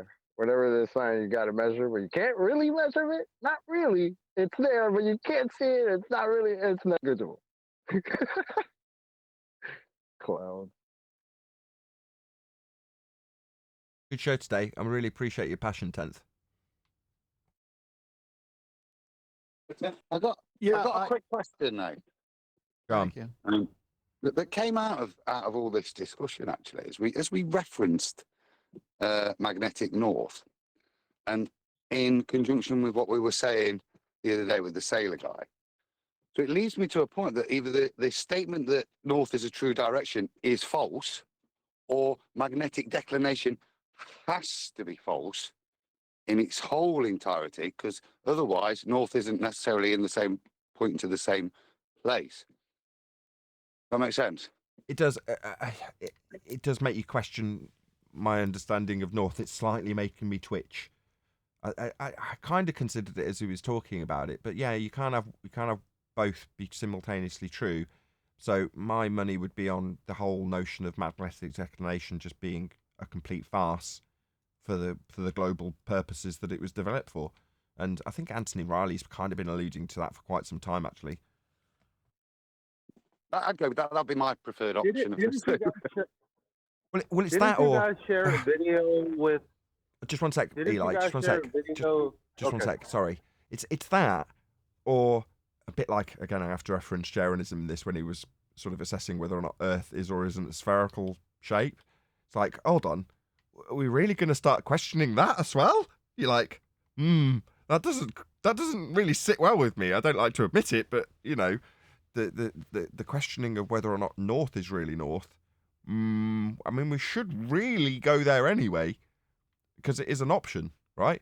But the latter does seem far more likely, given that magnetic declination, but without a full and whole understanding of the magnetic north and the true north and the celestial north. You know, have you experienced that? Have you ever sat at the North Pole, lying on your back, looking directly up at it, Adam? No. Me neither. No. Me neither. So it just makes me smile. This is another one like when you go, what the hell is the sky then? Right? This is a bit like that. Well, we might start having to question some of the very, very basic premises, if that's the right word, of navigation when you talk about north. You're like, that's quite a daunting thing to start to have to contemplate. On the other hand, the alternative that they've just made, a magnetic declination to make things work on a ball, seems a lot more likely. Wouldn't you agree? Yeah, my preferred option. Go ahead, Eli. My question is, didn't you guys share a video where a guy is talking about magnetic declination and how it proves that we can't be on a sphere? What was that video about? Oh, maybe it wasn't y'all. Okay, I'll post it for review for later. I think that's what they're referencing, Eli. That guy's talk on it. Oh, okay. All right, whatever. I don't know what happened Yeah, to Adam it was and a yachtsman. yeah, what happened to Adam and Nathan? It's like they just dropped off when you asked that question. I don't know. I broke the matrix. Hey, we went They hey, put we it went up through later. housekeeping real fast today. Oh yeah, real fast. But yeah, hi guys. I've just caught bits Hey, of the show, Wendek. but yeah, I've had this problem with these ballers, saying about angles and you can't get an angle. You don't need a horizontal for an angle, and I've been saying, well, yeah, angles are you don't know depending on what angle, but I'm talking about an elevation angle. You can draw two lines any way you want, but I'm not talking about that. I'm talking about gaining an elevation angle when using the Mariner's sextant. And I just caught bits of your show, and it sounded like, I've been trying to deal with this, but the plumb bob situation, I'll read back on the show a little bit more and have a listen. So, yeah. Here, let me Thanks, help you anyway. there, if I may. Let me comment on the trick that they're using. The trick that they're using is that there's more than one way to establish an elevation angle. See, the Mariner sextant with the horizon mirror uses the horizon. So there is no bubble, there is no pan of Mercury to go by. It's not a fictitious horizon that those two give you. Like if you have a bubble sextant and you're on the boat, that bubble's hard to keep steady. So that's why they don't use bubble sextants on boat. But if you're on land, you can use a pan of Mercury. You can use the level nature of that water or oil or mercury. It's got to be covered with sides so the wind does not agitate it. So a little bit more emphasis on level. And then you have the angle because of the way it works, and you get the same number. Now, if you're on an airplane, you can't really use the horizon because the clouds could be covering it. So they outfit you with a bubble. So now you have a fictitious horizontal by the spirit level that's built in the bubble sextant. So now it's saying the Earth has to be this horizontal for you to get your elevation angle from it to the star you're sighting at 5 miles up. Okay. Well, since those two are fictitious artificial means, what's the one that's real? Oh, the Mariner sextant, but the horizon mirror, where you shoot the horizon and bring the star or the object, the luminary, down to it, okay, with the slide arm, and you actually use Earth to establish a horizontal first and then get the elevation angle. So now all these three will give you the same numbers from the Nautical Almanac. Two are fictitious, two are artificial. One is real. The fictitious one prove what the Earth is. They have to be level all the way to the GP of the star. So that just proves what the Earth is. When you use the horizon in your eye view ends where the sky meets the sea. So by them saying, I don't need Earth, I could use a bubble sextant, they basically are admitting that you need a horizontal all the way to the GP of that star, which is proving that once the eyes give up and we can't see further than the horizon, and when the sky meets it, that it continues on as a plane because it's got to match the bubble sextant. It's over for them. I love it when Beautiful. they go to it. Beautifully said. The numbers don't change. Everything works the same in those three methods. Exactly. Two are artificial, one is real, and they all show a plane. Exactly. Listen, the two arguments we have. Yeah, and there's that the- definitely a relationship between You're breaking You're up a little bit. roboting. One deck. Nathan, the two arguments we have, the black swan and the elevation angle, are the two most destructive arguments against this globe heliocentric lie.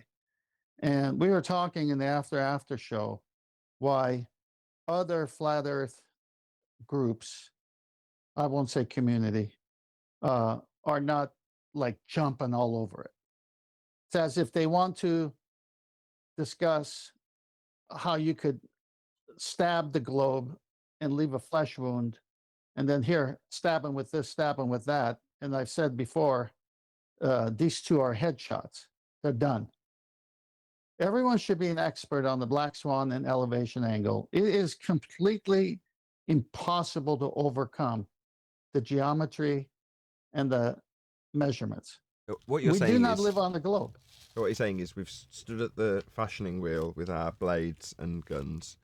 We've made all the parts by hand, tested them thoroughly, and then laid them out outside the tent with the sign next to it that says battleground this way. And we're standing outside the tent with seriously sharp knife, seriously sharp musket with bayonet, seriously sharp submachine gun, all oiled and working and ready. And Bev comes along, looks at the desk, and goes, "Nah, I don't want any of it." Rolls off. And you're saying, I don't understand why people don't want to pick up these incredibly refined machines and weapons to go and decapitate our opponents. I don't mind. No, we understand why. So what? Oh well. Yeah, off you go, mate. Yep, What's that? we You spent understand 4 why. hours arguing with Rumpus about nonsense. Yeah, he doesn't even come here anymore. We talked yesterday about the reason why. It's not only Bev. It's the community. I'm going to say community, for lack of a better term or phrase. But the community of flat earthers. Yeah, we know why. Yeah, we had a whole discussion. It was a great discussion yesterday. We pinpointed it. Not rocket science. What was it? Because I was obviously paying the closest of attention.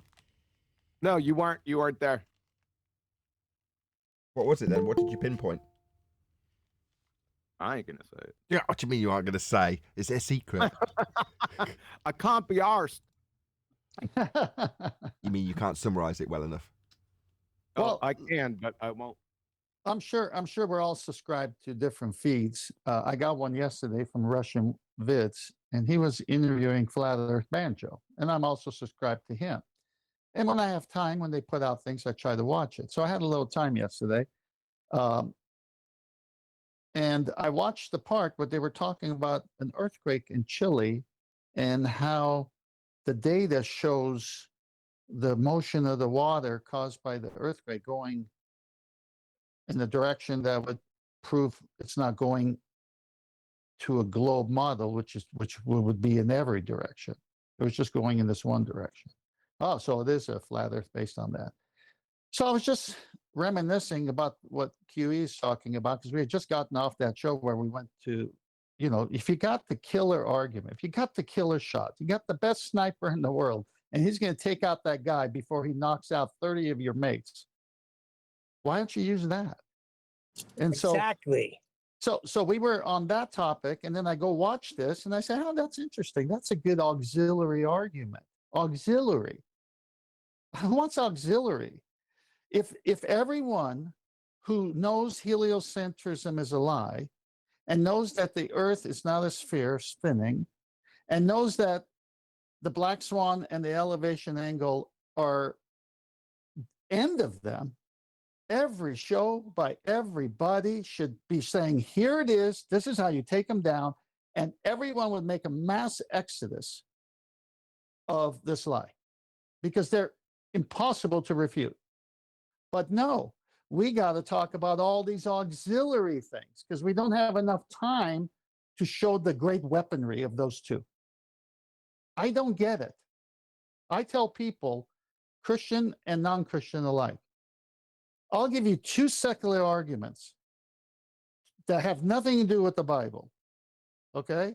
I don't even use, I could throw gas pressure without container. That's a great one, by the way. because that's easy to understand. But the whole point is I give you two secular arguments, and then I'll go to the Bible and show you, if you're a Christian, that these arguments fit well within the narrative of the Bible, but they don't fit well in the other narrative. And that's all I stick to. Now, I'm not saying everyone's got to do it my way. I'm not trying to be prideful here. I'm just saying, when I was a wrestler, I had 6-minute matches, and man, you're tired. And if you could take them out in the first round, and you're in a tournament where you've got to go through different matches until the final that evening, you're trying to get it done quick because you got to conserve energy. Hey, Ted, So I try you're to not pin the being guy. prideful. No, but let me finish. I try to pin the guy in the first period so I could conserve energy. I used to go to AAU meets and put money into 3 different weight classes. So I'd go in there at the 95 pound. I'd also pay money to be in the 103, and I also pay money to be in the 112. So I'd be wrestling in the 95 pound, and there's like 6 mats, right? And all these 95 pounders are wrestling. And then that one finished before me, and I could hear them calling my name for the round of 103. So I had to tell a friend, hey, tell them I'm busy here. I'm not forfeiting by not showing up within the time requirement. I have to finish this match because I'm in 3 different weight classes consecutively. That's how I trained myself to get stamina. So, of course, as soon as I finish that match, that guy's been waiting for me. So I go there. While I'm doing that match, they call my name for the 3rd one. And then now I get to rest after that 3rd one until the heavyweights are finished. And then we start again. The next round of 95, 103, 112. So I would get to the finals or semifinals in all 3 weight classes. Now, what do you think I want to do? Mess around and lose energy with isometrics, which wrestling takes tremendous amount of energy out of you? No, I want to get it done quick. So I bring the same approach to this subject because I don't have time. I want to go play golf. I want to spend time with my grandkids. I want to go hunting, fishing. I don't have time to spend hours and hours on points that could be overcome or they're not strong. I want to kill it right away and let them know where I stand, and then let their head go crazy trying to disprove the black swan and elevation angle. I agree. And I think a lot of people just want to talk, and they just want to hear themselves. That's true on the show, but I mean, outside of the show, I completely agree with you, because a lot of the time you will assess an off-the-cuff remark from somebody that could have a response that directly linked to this subject, but you think, do I have a bullet in that gun that's a 30 second to 1 minute bullet, or is it going to be a 5-minute bullet? Because if it's a 5-minute bullet, I'm just not going to fire it. It's just not worth the time. So in terms of when you say, oh well, I don't want to necessarily hear us talking, it's the sound of our own voices when we're not discussing the nuances of a particular argument like we did today, then you can see that anybody who's listening and just wants to have a silver bullet argument to have with somebody, like gas pressure without a container, and to a certain extent the elevation angle argument, or the black swan, again, to an even lesser extent, they all take longer and longer to explain. People just want that silver bullet argument that will get in and out and explain your point to the person that you're having the conversation with without having to faff around. Because like you say, you've got other things to do. You don't want to spend the next half an hour with that person answering questions. You just want to drop you realise space is fake. You can't have gas pressure next to a vacuum. We'd all be dead. And then, kind of slope away without necessarily having to do anything. Well, let me comment on that. Being in sales and marketing, I realize you can't push anything. You got to ask desire questions. So I employ the same methodology of my training there. If they have an interest, they're going to make time. If they don't have an interest, they're going to say something off the cuff and get out of there because they don't really want to do it, but they just want to make a remark to make fun of you or whatever. All right. So 2 instances I'll give you. One, I'm talking to a friend, a dear friend. Okay. And he says something and I bring it up. And the next thing I know is he's combative rather than saying, why do you believe that heliocentrism is a lie? Why do you believe that the Earth is not a globe spinning 1,000 miles an hour? Instead of that, he's doing the standard tinfoil hat arguments. So I say, well, look, let me put it this way. I got two arguments for you that are secular. Okay, not and this guy's a Christian, by the way. So I say these are two secular arguments that destroys the whole model because it only exists in the math.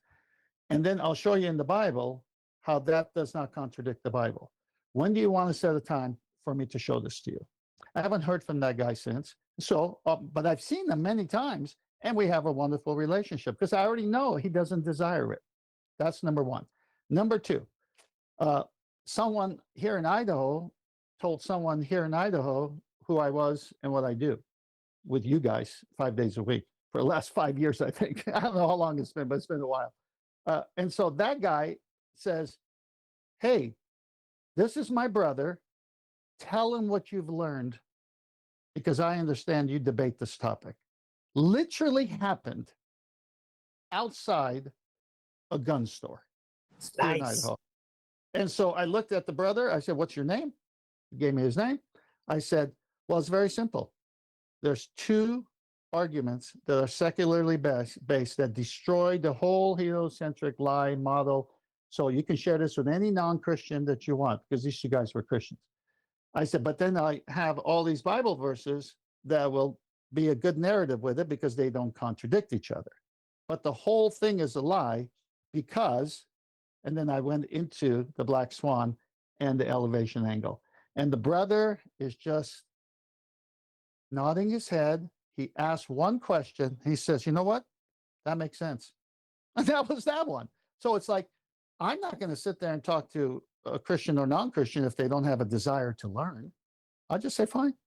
But if they do, I'm going to set a time and we need to go through some things. If they don't want that, then they're not interested.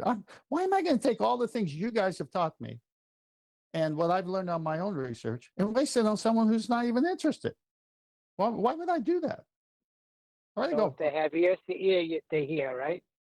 Well, I'd rather go golfing, which I do now. Because I'm in a position where I can, do them more. But I mean, what Nathan is saying is interesting because I heard a person say just off the cuff, not anything to do with our topic, but saying, I know the whole earth doesn't revolve around me. Well, I could pick up on that and say, you know what? Doesn't revolve around anybody. I could easily start that one. But the conversation that they were having had to do with an issue, so I didn't. So I have to pick the right times. Right, but in that moment, I'd be like, if they push for further answers on this, I'm going to get into explaining non-inertial and inertial reference frames to them. And that could take some time.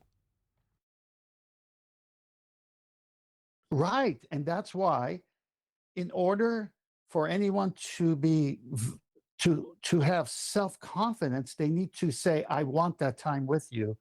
And I know you can't do it now, but can I set up a time with you? So I ask those questions. Do you want to set up a time with me over coffee where I can show it to you and prove it to you? Or do you want to just make fun of me because that's how you've been preconditioned by the media? I mean, I come off strong, guys. I come off with such confidence. I put it right in their face. I say, I'll sit with you. I'll prove it to you. But if you rather just give me regurgitated media lies about anyone who believes the earth is flat, then you just stay there if you like. I don't care. I can sleep well at nights. We're off the topic. Hey, everyone. We're off the topic. Hey, Brian. I'll get Brian. you back on topic.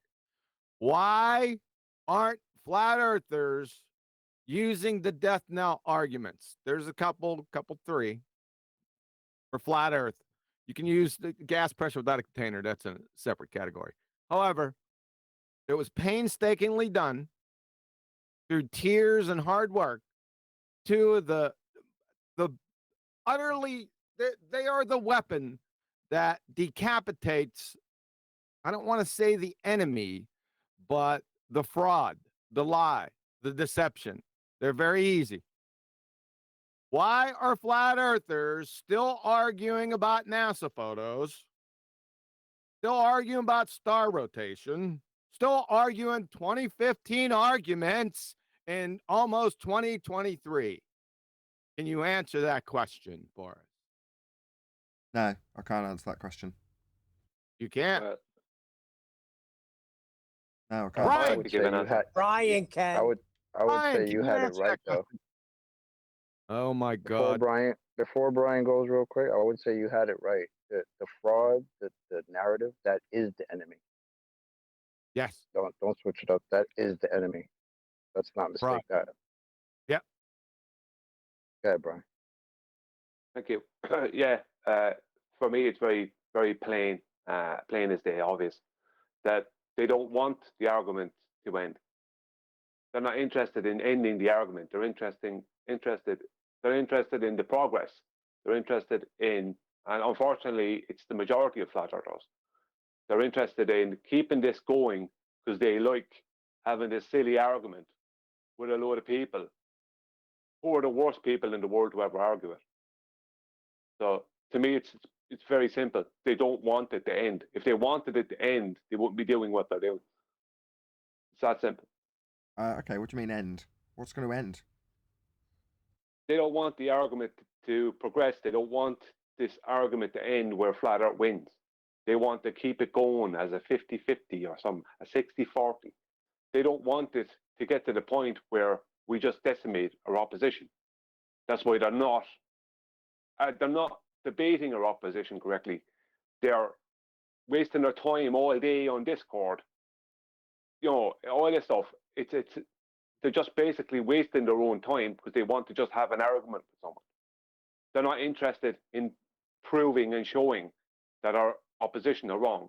They're interested in showing that they can fight against their opposition every day, all day, for no other reason other than they like arguing.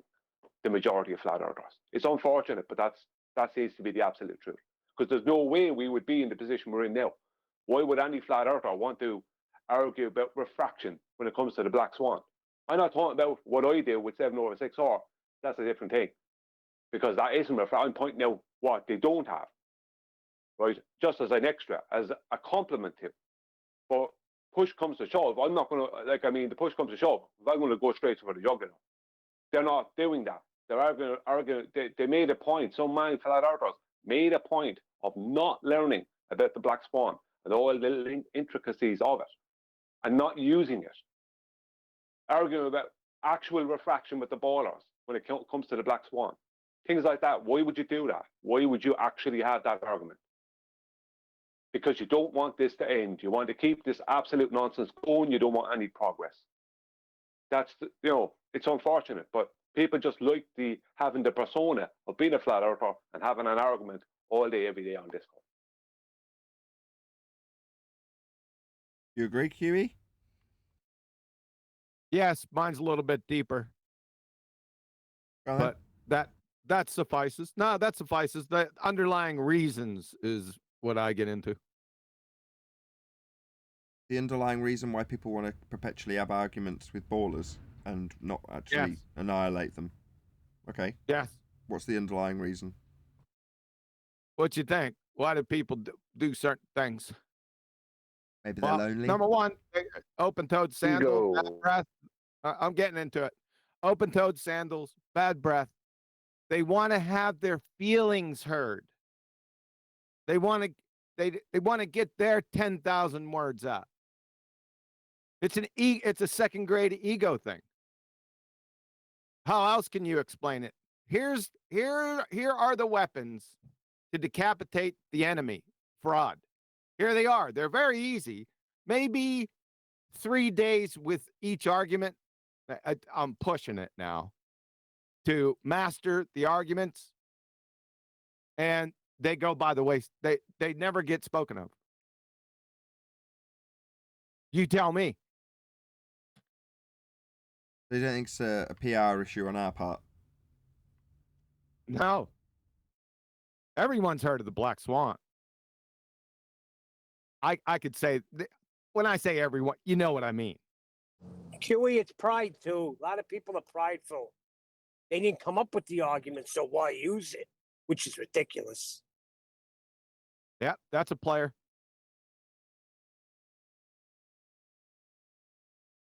That's it. Okay. That's what you got. What did I tell you 4 years ago? The greatest enemy to flat Earth are who? Flat Flat earthers. earthers themselves. Yep. Numpty flat earthers. that not only encompass the ether retards, that encompasses what we just got done talking about. Yes, sir. There you go. Yeah. Well, I just want. Go on, Brian. I just want to say. I just want to highlight one of the things I said, which is I mentioned that they have a persona. Somebody who is got a name, whatever it is, a handle, and they're on Discord or YouTube, mostly Discord and places, and they're a flat earther, and they're arguing all day. They have a persona. A lot of the ballers are the same. They have a persona. And that persona gives them a certain amount of credibility or a certain amount of popularity, whether it be good or bad, being popular or unpopular, you're still known within the arena of arguing all day with the ballers. And they like this because if it all ended, their persona wouldn't be known. If this all ended, the whole thing, if they were to fight for it to end this thing, their personas would disappear. Because they're not who's going to be remembered. QE will be remembered. You will be remembered, Nathan. There'll only be a small few people that will be remembered. The rest of the people will fall by the wayside. But none of us will be remembered. Do you want to know why I say that? So well, that's impossible. Well, okay. So we're not the first round of people to have done this. So when I was talking with Flat Earth Math, who is, to my knowledge, the longest person who's been around this subject, he was talking about people who were doing it 10 years previous to us and how they all eventually disbanded and disappeared. And it's because, presumably, the majority of them were the same as the people who are around us now that we're talking about. Just a load of numpties. And they all faded into obscurity. And the quietest, most voices that are similar to QE, if you want to compare, would have just, been faded away the same because all the bigger numpties probably had more popularity at the time. And that cycle will probably continue. But as far as I am concerned, the ground doesn't change. It doesn't make any difference who's shouting it or who's going to be remembered. It's like, well, it's not like 150 years when we're all long forgotten about. People won't still be walking around on a flat plane. Whether or not they realise it or being deceived about it is a different story. But, the way you phrase it is like if all this were to end, you're like, what? The magical gold mining that we're doing? We're not doing magical gold mining. There's no end to it. It's just Earth's flat. You're missing the point. Maybe I can help. Maybe I can help with a little bit of my perspective. So when you're on Discord, and I guess that's just where we choose to be, but ultimately Discord echoes the sentiment of all the other people who are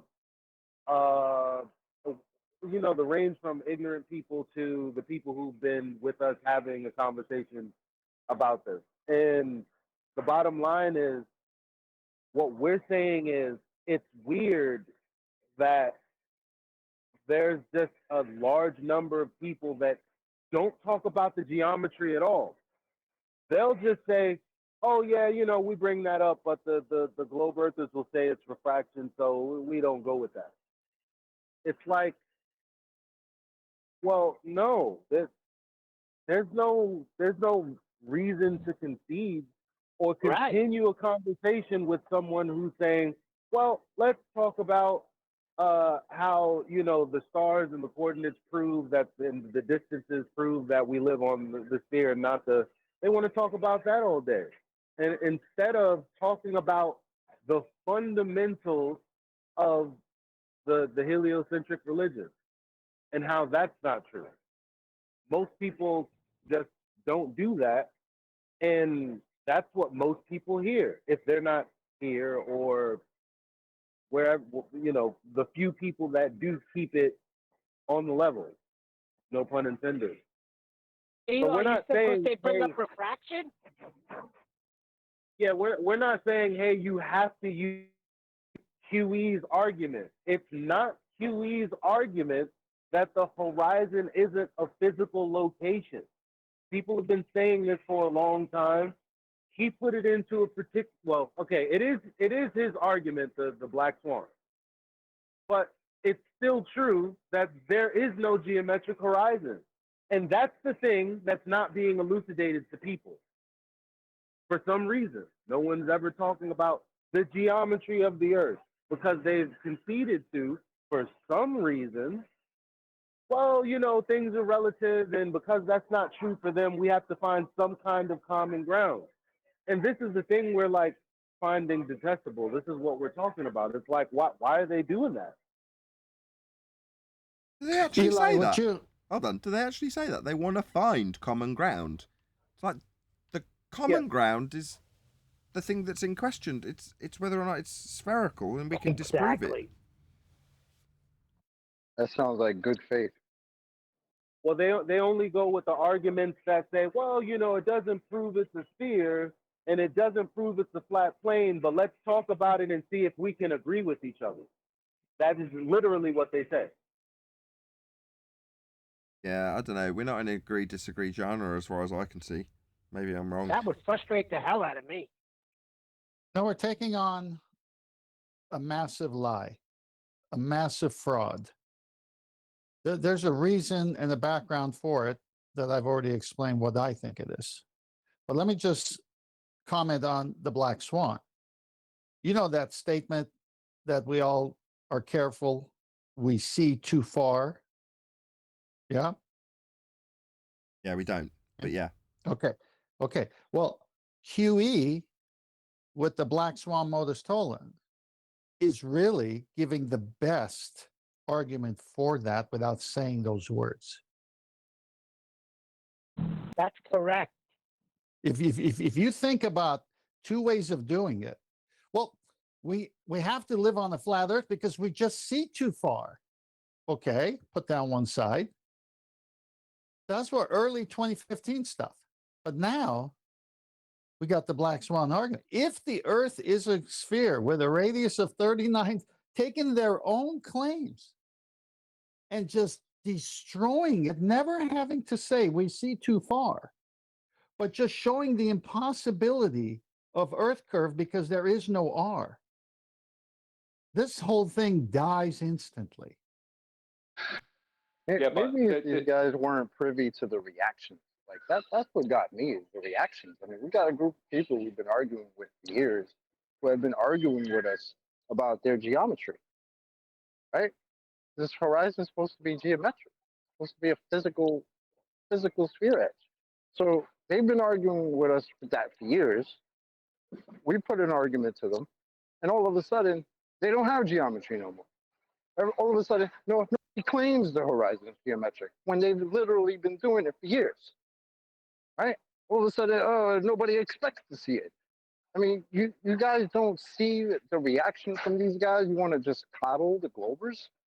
I don't get that. Yeah, you know, That's ironic to me. That's crazy. Me either. Another thing is I have to shout out 24/7 because let's remember that this kind of person is everywhere. The kind of person that that isn't really concerned with the argument that actually, you know, dismantles the underpinning of everyone's religious belief that we live in this heliocentric paradigm.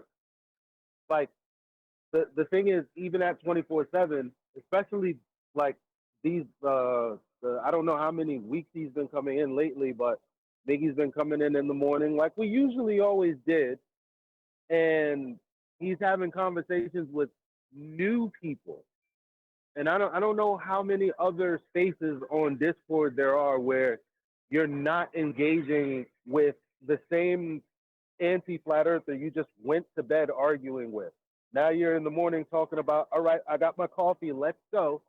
That's everywhere else for whatever reasons we can't understand. Then there's Miggy over at 24/7 keeping the main thing. Okay, who's established that the Earth is a sphere with a radius of 3,959 miles? Who measured it? Okay, like things like that. He's always keeping it the main thing. People want to talk about how the sky might be superfluid helium or whatever it is. And he's like, yeah, that's cool to speculate and everything. But, no disrespect, but we're here to educate the people that don't know that we don't live on a sphere. And they need to understand specifically why we don't live on a sphere. And it's crazy to me that these other discords, and there are people that share the sentiment that, oh, just like FED 24/7 is also, die, because all they want to do is micromanage and talk about the arguments that they want to talk about. They want to mute everybody. No, we're still talking to new people. All of the anti-flat earthers and the anti-flat earthers and fake flat earthers that are everywhere else. I can't call them fake. I'm just, now I'm being a dick. But and all the other flat earthers that thirst for this argument that we see no point to, other than pure entertainment, when this is honestly not a game, like they also have the same problem with what we've established to be with ourselves, the scientific method, which is something that was here long before we all got here. They're upset that we talk about the scientific method and how the earth is not geometrically what they claim it is by examining their claim. They find that to be boring. Well, Yeah. all right. Well, let me highlight something. In the past few days, I brought out a video. It's my second video attacking using 7/6R to destroy the globe.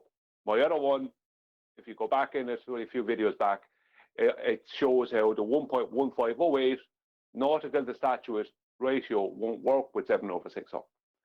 But this time I used the black swan, right? Showing how if the horizon is further than the observer, then the oil rigs must be still behind the horizon. There is no way around that if you're changing the physical size of your model with maths. There is no way for the oil rigs to stay where they are. It can't happen. It's an impossibility, right? The only reason I made that video is because of flat earthers wanting to waste their time arguing about refraction with the borders when it comes to the black swan, because they won't learn the black swan. They won't learn that as soon as the border says it's refraction, then all you have to say is, well, that means it's not geometric then. That's the end of that. You don't have a geometric position. There is no geometry. You can't have geometry. End of story. But they don't want to do that. When it gets to that point, instead of doing that, they want to have a big argument about refraction, something that has nothing to do with 7/6R. It is not refraction. There is no 7/6 or refraction. There is no or value in refraction. It's complete and utter rubbish. So the only reason I'm making that video, right, it's not that I intended on this, but it's a consequence of this. Is that flat earthers want to have this stupid argument with the borders, and the borders are quite happy to have it, and to argue about real refraction instead of addressing what their 7/6R is, which is not refraction at all. So why am I making that video? Because the flat earthers refuse to use the black swan to its fullest if they're using it at all. Like Nathan, I have to completely disagree with you, right? What you said, yeah, that's grand. People might have disappeared in the past, but that was before we had what we have now, which is the internet. So we have an opportunity now that we never had before to end the argument. But if it's not ending, it's not our fault. Brian, are you saying use the kill shot bullets that we got and stop wasting our time with blanks? Yeah. Yeah, we want to hear Neil deGrasse Tyson say it's refraction. And then we want to rebut him publicly. Now I know you guys don't give a damn about Neil deGrasse Tyson, but there are a lot of people out there that do get my sentiment. Yeah, some people do. You know how long they've wanted Neil deGrasse Tyson to go against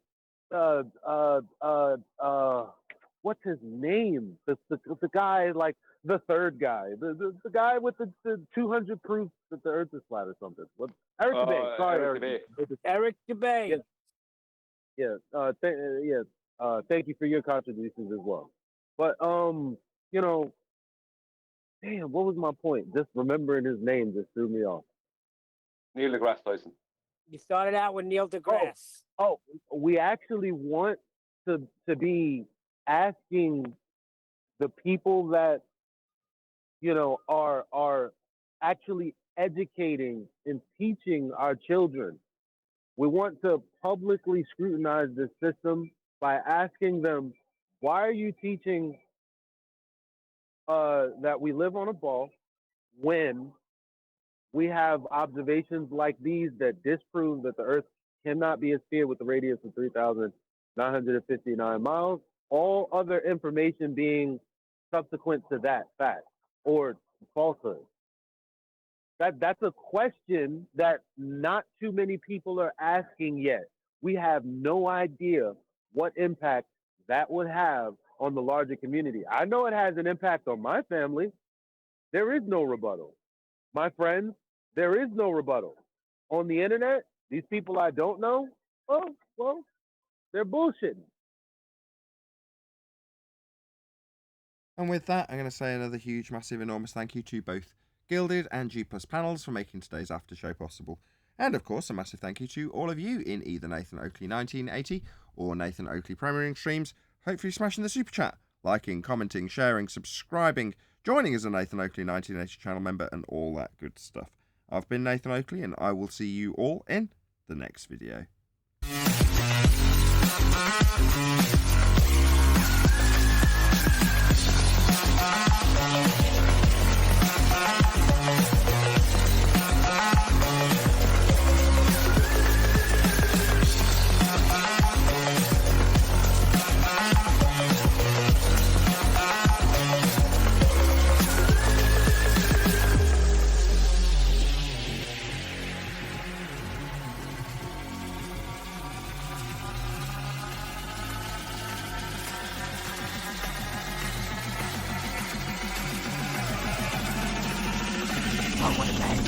What a lovely day!